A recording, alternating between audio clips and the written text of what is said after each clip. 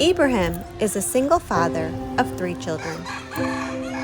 He is in need of hernia repair surgery, but has never had the money to do so.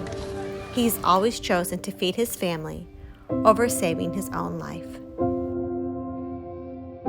A donation of $500 will ensure Ibrahim gets the medical treatment he deserves. He will also be fed 2 nutritious meals a day while in the hospital and given money for transportation once he is discharged. Your love and compassion for Ibrahim will be life-changing, and we thank you in advance.